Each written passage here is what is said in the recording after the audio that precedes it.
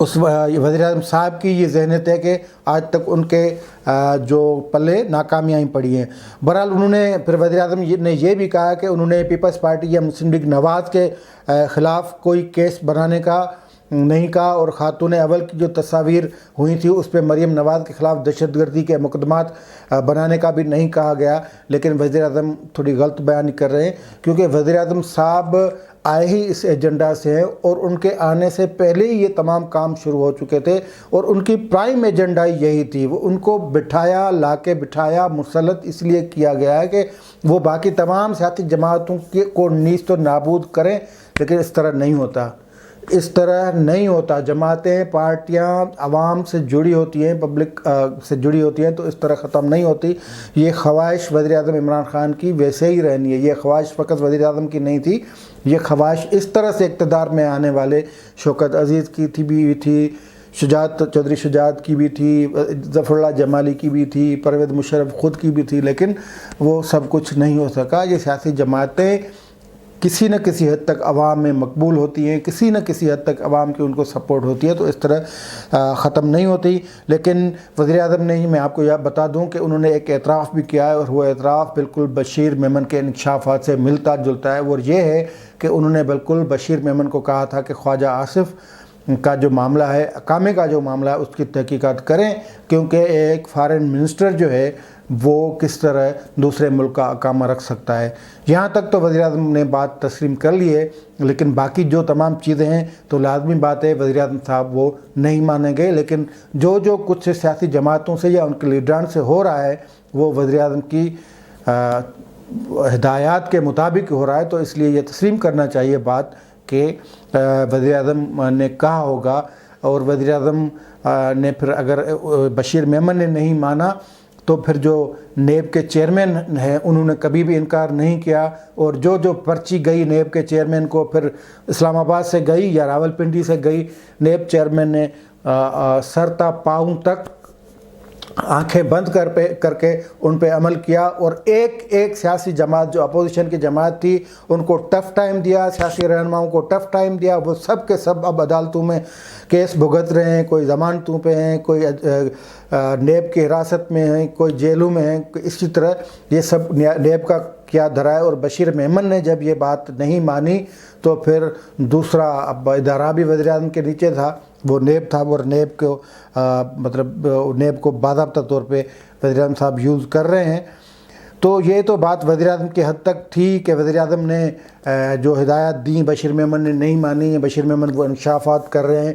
لیکن جسٹس قاضی فائز عیسیٰ کے حوالے سے بشیر میمن نے جو بات کی شہزاد اکبر و فروغ نسیم کو ملا کے، اب وہ بات بڑھ چکی ہے۔ پہلے تو یہ مطالبہ ایک سیاسی جماعت کی طرف سے آیا تھا کہ چیف جسٹس کو اس معاملے پہ عدالتی کمیشن بنانا چاہیے، اور چیف جسٹس کا کمیشن بنانا بنتا اس لیے ہے کہ یہ فقط قاضی فائز عیسیٰ، جسٹس قاضی فائز عیسیٰ کا ایشو نہیں، یہ پوری عدلیہ کا ایشو ہے۔ کس طرح ایک عدالت کے جج کے خلاف ایک سرکاری آفس میں بیٹھ کے اس طرح سازش کی جاتی ہے، اور اس مختلف جو لا انفورسمنٹ جو ایجنسیاں ہیں ان کے سربراہان کو بلا کر جو ان کا کام ہی ڈیفرنٹ ہے ان کو پریشرائز کیا جاتا ہے، تو یہ سازش میں شمار ہوتا ہے۔ اور پھر سازش کس کے خلاف؟ سازش سپریم کورٹ کے ایک جج کے خلاف۔ ایک تو عدالتی لیول پہ سازشیں ہوتی ہیں کہ ان کو ہٹانا ہے، پھر ادھر ادھر سے حنیف رائی جیسے بندے درخواستیں لے کے آتے ہیں، پھر اوپر اگر چیف جسٹس ثاقب نثار جیسا چھوٹا بندہ بیٹھا ہو تو پھر وہ انٹرٹین کر لیتے ہیں اور یہ بھی ٹف ٹائم دے دیتے ہیں، لیکن پھر ان میں سے جب کوئی چیز نہیں نکلتی پھر اس طرح کی سازشیں ہوتی ہیں۔ پھر اس طرح کی سازشیں جب ناکام ہو جاتی ہیں پھر صدارتی ریفرنس آ جاتے ہیں 184 186 کے تحت، اور پھر یہ مطالبہ کیا جاتا ہے کہ آن کی شک 209 کے تحت اس جج کے خلاف کارروائی ہو جائے، لیکن پھر اس میں بھی ناکامی رہتی ہے، اس میں بھی منہ کی کھانی پڑتی ہے، جس طرح اس حکومت میں اس صدر اور وزیر اعظم نے منہ کی کھائی ہے۔ بہرحال عدالتی کمیشن کا مطالبہ زور پکڑتا جا رہا ہے، اور سیاسی جماعتوں کے علاوہ پاکستان کی جو بار ہے، پاکستان بار کونسل، اس کی ایگزیکٹو کمیٹی کا ایک اجلاس ہوا ہے، اس میں 2-3 چیزیں، ایک تو جو ججمنٹ آئی ہے 6 ججوں کی جسٹس قاضی فائز عیسیٰ کے حق میں، اس کو سراہا گیا ہے، اور جسٹس قاضی فائز عیسیٰ کے فیصلے کے حق میں اور حمایت میں تعریفی قرارداد منظور ہوئی ہے۔ اس جو اجلاس ہوا پاکستان بار کونسل کی ایگزیکٹو کمیٹی کا، لیکن اس کے ساتھ یہ جو مبہم جو کردار رہا ہے فیڈرل منسٹر فروغ نسیم کا، جو کہ قانون کے وزیر ہیں اور اسپیشل اسسٹنٹ پرائم منسٹر کے یعنی مشیر شہزاد اکبر ہیں، ان کو ہٹانے کا مطالبہ کیا ہے کہ ان کا اس سارے کیس میں ریفرنس میں یا سازش میں ان کا بڑا حصہ ہے، تو ان کو برطرف کیا جائے۔ اس کے علاوہ ڈی جی ایف آئی اے بشیر میمن کے جو انکشافات ہیں اور انہوں نے جو قاضی فائزہ کے حوالے سے جو کچھ کہا ہے، اس پہ بار کونسل نے بڑا مطالبہ کر دیا ہے کہ judicial commission, high power judicial commission بنایا جائے جو ان تمام چیزوں کو دیکھے اور پھر اس کی جو ہے رپورٹ لائی جائے۔ اب یہ تمام معاملات بھی تو ہو گئے، وزیر اعظم اور حکومتی ٹیم ڈیفنس پوزیشن پہ بھی آ گئے، وہ انکار بھی کر رہی ہے، اور یہ نہیں فروغ نسیم بھی جو بشیر میمن کے الزامات ہیں ان سے مکر گئے ہیں۔ شہزاد اکبر تو کہتا ہے کہ میرا تو کوئی ہاتھ ہی نہیں ہے، میں ایک شفاف سا بندہ ہوں۔ بہرحال لیکن دوسری طرف بشیر میمن جو کہ اب اپنے حلقہ کے نزدیک گاؤں میں ہی بیٹھے ہیں، ان کے خلاف کارروائی شروع ہو چکی ہے۔ ایک تو ان کی جو آئل مل ہے اس پہ چھاپا مارا گیا ہے، کوالٹی اسٹینڈرڈ جو ان کی طرف سے، اور یہ Pakistan standard and quality control authority کی طرف سے یہ چھاپا مارا گیا ہے، اور یہ کہا گیا ہے کہ آپ کو جو فیکٹری کو کوئی نوٹس ووٹس لینا تھا